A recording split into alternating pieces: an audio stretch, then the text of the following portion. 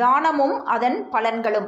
கருட புராணத்தில் சொல்லப்பட்டிருக்கும் தான பலன்கள், என்னென்ன தானம் செய்தால் என்ன பலன் கிடைக்கும் என்பதை பற்றி தெரிந்து கொள்ளலாம்.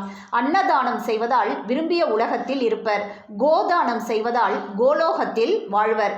குடை தானம் செய்வதால் 1000 ஆண்டுகள் வர்ணலோகத்தில் சுகம் அனுபவிப்பார்கள்.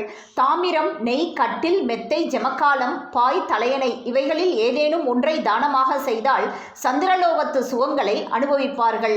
வஸ்திர தானம் செய்வதால் 1000 ஆண்டுகள் வாயுலோகத்தில் வாழ்வர்.